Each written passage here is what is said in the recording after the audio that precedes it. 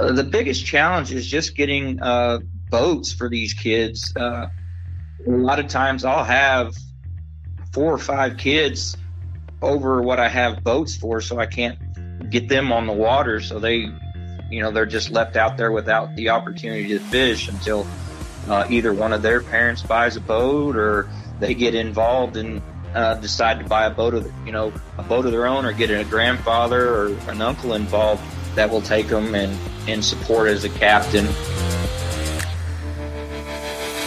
Welcome to the Woman Angler and Adventurer Podcast, inspiring real women with a passion for fishing in the outdoors to go get their adventure on.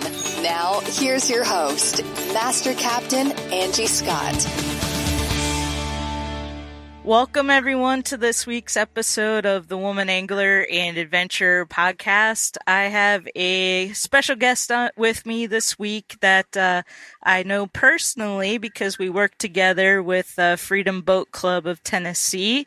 And my guest is Gary Redic. He is also not only a training captain for Freedom Boat Club, but the coach of the Mount Juliet High School fishing team, which is a very successful high school fishing team in Middle Tennessee. And so I just want to talk about that because, high school fishing is becoming a really popular thing and a thing that wasn't around back in my day. So I think it's super cool that we have it now. And some of these kids are going on to fish with college. They're getting scholarships and all sorts of awesome stuff.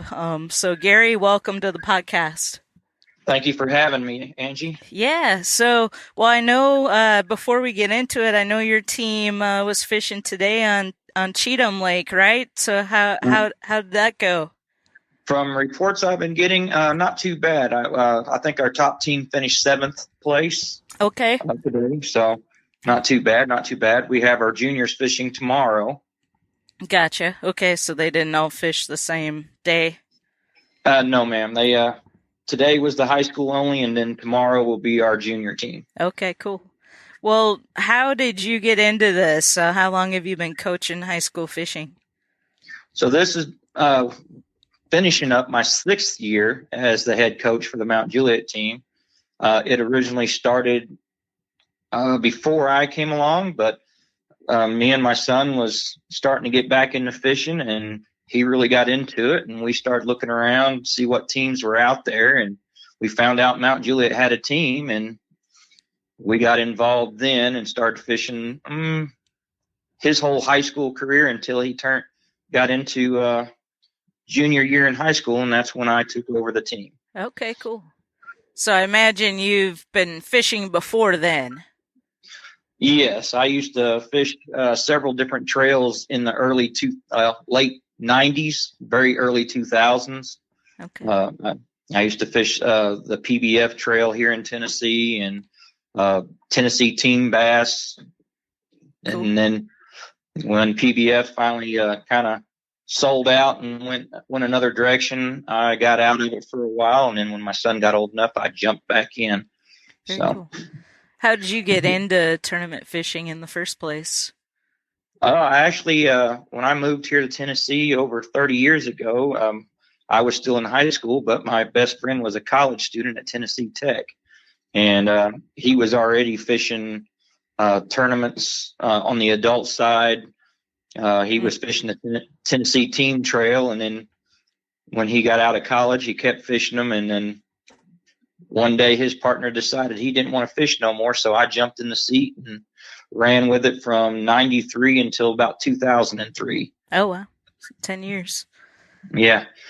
Very cool. What kind of drew you to tournament fishing? I always really enjoyed fishing growing up. And one of the stories I always heard when I went to my grandfather's house was that how he fished the very first Bassmaster tournament that was held in the state of Indiana. So, and he always had that picture above his, up on the wall of where they used to have all them older boats from the very early 60s. And he always enjoyed fishing. So I just always enjoyed it and just followed in his kind of footsteps. And then he never fished any more tournaments after that. But when I moved down here and my buddy like I said, my best friend got into it, and I just fell in love with it ever since then. And I had to get out of it for a little while because work related things. And then when my son was old enough, we jumped back in, and we've been in it ever since. Awesome. Well, I want to talk a little bit more about the whole coaching a high school team and what all goes into that. But before we do, I want to touch on a little bit. You know, we were kind of hanging out on our houseboat the other night talking about some Freedom Boat Club stuff that we got coming up. And you were telling me you had a little bit of experience fishing with some of the pioneer ladies in fishing in Tennessee. You know, I always like to kind of, part of the purpose of the podcast is to, you know, share stories and try to inspire other ladies in particular out there as we're trying to grow the sport and get more ladies involved and show them that, you know, you do belong, you have a place here in fishing, even though it's kind of traditionally more of a male dominated sport. But, you know, the women are, you know, recently here the fastest growing segment of it, and so to continue it on and to continue conservation efforts and the dollars that come into the states to do that, we need to, you know, support women. And I always like to kind of provide a platform for the pioneers, the ladies that really got into it before my time. And sometimes it's hard to get some of those ladies to come on the show as guests. But I know you've had experience fishing. I think we were talking about one lady in particular you mentioned, kind of back in the you know, before it was becoming more of a popular thing. Yes, I used to. Her name just really stuck out with me. Her name was Emily Schaefer. Her and her husband fished together, and then she wound up getting her own sponsorship and actually started fishing the Lady Bassmaster Trail. But I could never forget her because she would come out there and just beat the pants off of me. I mean, she was just an absolute great fisherman, and she was super nice to talk to. She didn't mind, you know, talking to you, helping you get information. I mean, she just really was dedicated to the sport. And I think she was one, actually, if I'm remembering correctly, I think she was one of the very first women to be sponsored by Stratus Boat Company when it was here in Nashville years ago. And that, like I said, that was back in the 90s. So Right. Yeah. I believe now she's retired now. So Okay. Well, cool. So yeah, shout out to Emily Schaefer. Thank you for you know, getting into it before you know, it was really becoming more of a popular thing, and it's still growing, and we're going to talk a little bit about that as well. But before we get into more of that, just kind of, I haven't had a high school coach on the show before, so I just want to talk a little bit about your experience coaching a high school fishing team. I know it's got to be challenging at times, but what are some of the things that you've experienced over the years? And that, you know, you've been doing it, 6 years, you said? Yes.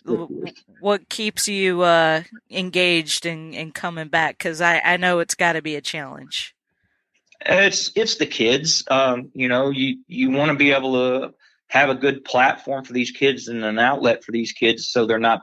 You know, if we didn't do this, the kids wouldn't have this fishing team, and it wouldn't grow as much as it has over the years. When I first started, we did good to do 78 boats in a tournament, and now we're doing about 300 boats a tournament. Wow. And the young ladies have come out and started being more present. I think right now our current count is 20 in the state. Okay. I've had a couple that joined my team, but this year I don't have any young ladies, but I'd really like to see them keep growing and keep going forward. My young lady that was on my team last year, she actually graduated, so I don't have a young lady this year, but I'm hoping possibly we can in the near future. I mean, the other teams seem to be doing a little better on getting the young ladies involved, and they are doing very excellent. And the ones that I know of anyway, I know a set that's fishes day in and day out, and they come in and they'll surprise you. They kind of there's several of them young ladies that'll absolutely just surprise you and make the boys cry because they'll come in and just bring in a pretty good sack of fish. Yeah. Very cool. Well, we've kind of been talking offline a little bit about doing a little series to feature some of these younger ladies that are getting out there and fishing these tournaments. And so I'm really excited about putting that together. And I think that's going to be a huge hit. And we have some plans to get a little bit of local media involved. And the whole idea is just to get it out there, to hopefully get some more ladies on your team signed up and other teams throughout the state because, we've talked about it on this podcast before many times when it comes to competitive sports, and, now fishing is part of high school sports, which is just awesome. But fishing is kind of the great equalizer because the fish, they really don't care who's throwing the lure, it's, they don't know if it's a guy or a girl. There's not necessarily a whole lot of physical,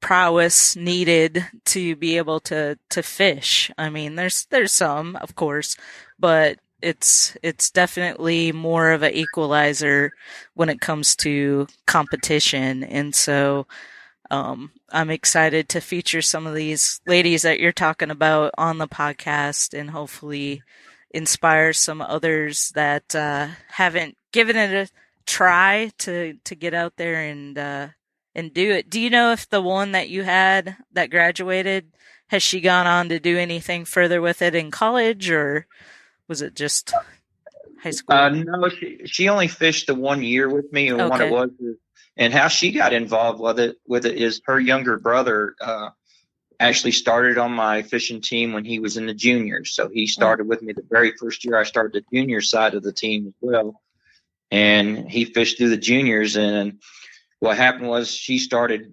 traveling with her dad and her brother and his partner, and just started going out practicing and pre-fishing with them, and started going on all these trips with us. And then next thing you know, she's picking it up and got really good. And since she was becoming a senior that next season, they decided that this would be the only opportunity for them to be a brother-sister team because he was stepping up to a freshman and she was going to be a senior. So they joined each other, and they actually did very well throughout the season, made the national championships and everything together. And she still hangs around and supports her little brother, and she went off to college, but she's still around.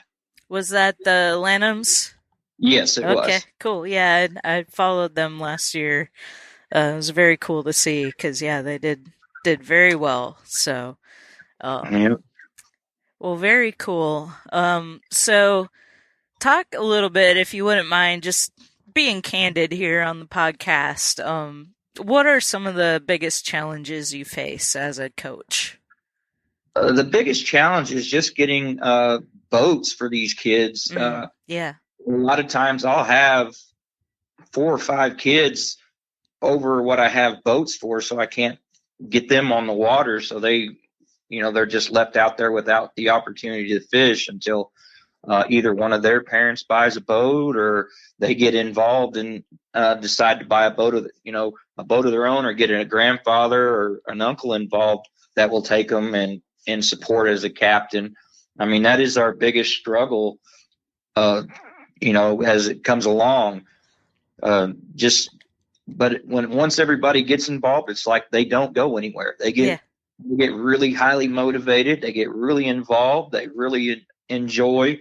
And then it becomes more of a family thing, because now as these kids travel all over the state of Tennessee just to do these tournaments, and we almost fish from September all the way through May, almost every single weekend we're on the lake in a tournament.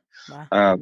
We really fish all over the state, and then we even try to fish the 4 major Bassmaster Opens to get our kids qualified for nationals, and our goal every year is just to get our kids noticed, get them in front of these college coaches, let them see them, and hopefully that they carry on past us, go on to college, further their education, fish for a college team, and just grow. And then when they get out of college, stick with fishing in the tournament trails and, just stay in the sport. Yeah. Well, it definitely is a major commitment and a major expense. So I can see how that would be one of your biggest challenges. And, we've talked about it. We work for Freedom Boat Club, and we're trying to get some serious bass boats in the fleet, and maybe that could be an opportunity somehow to help support some of these high school anglers that don't have, the luxury of access to bass boats.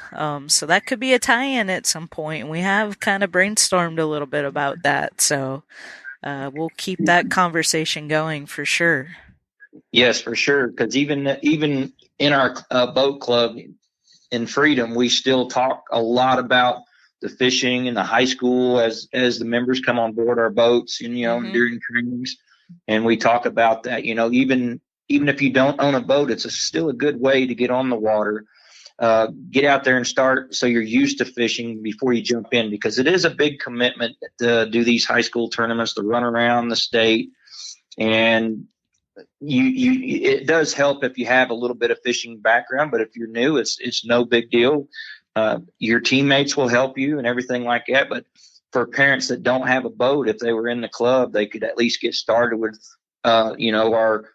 our few boats that we do have that we can take them, that they could take their kids out and get them started, get them interested in it, and then go further, Yeah.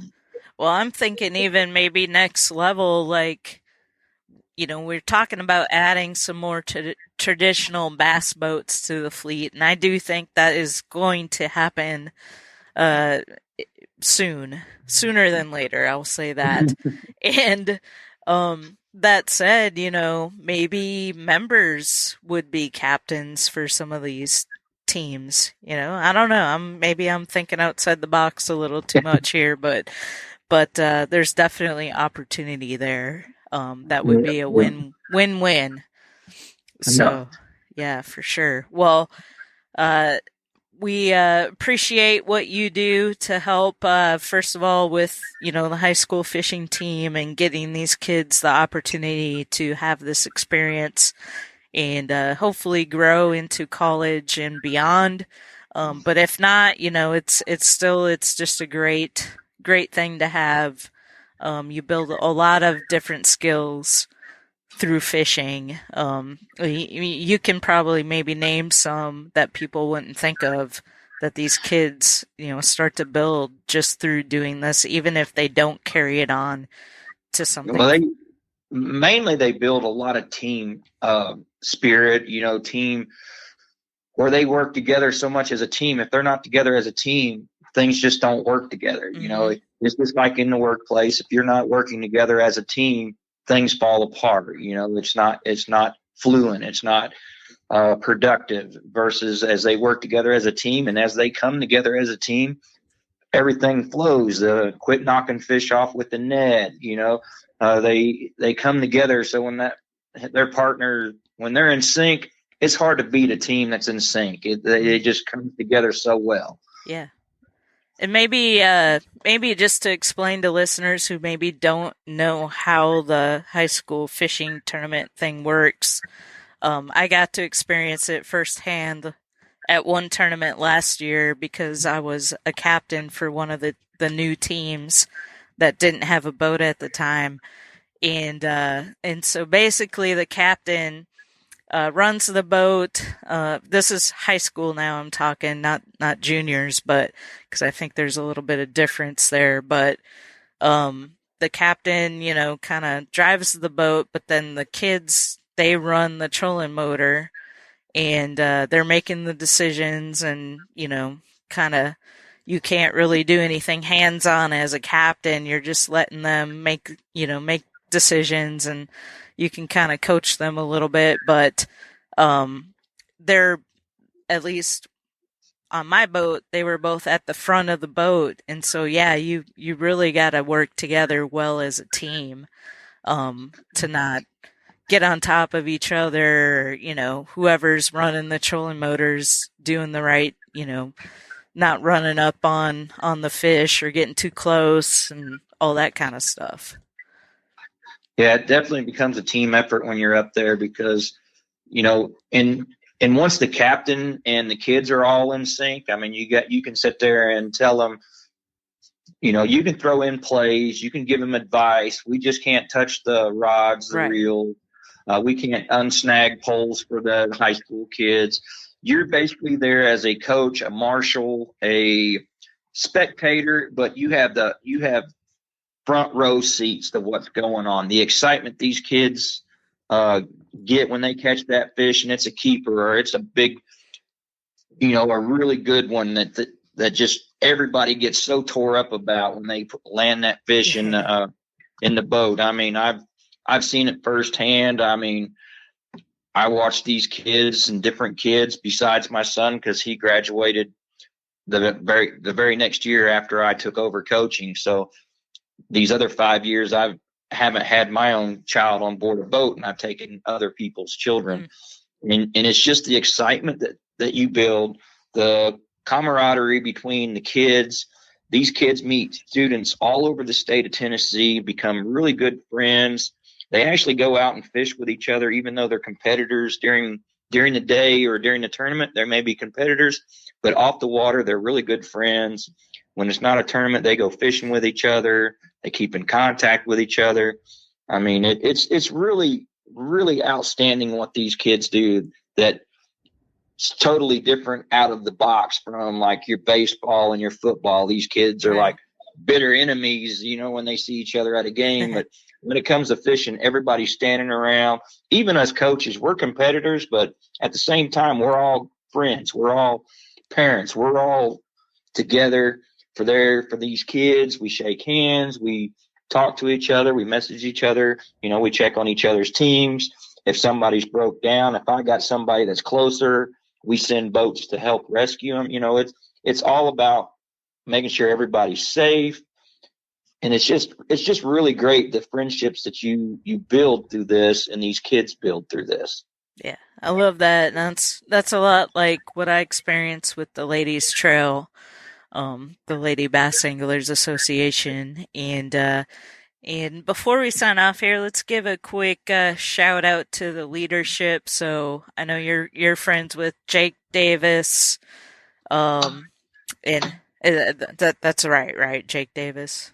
Yeah, so he's our assistant director for the state trail, and David Lowry is our state director. And then we have a few others, Jeremy Finley out in West Tennessee, and then we have Jennifer Lassiter in the North Central Division.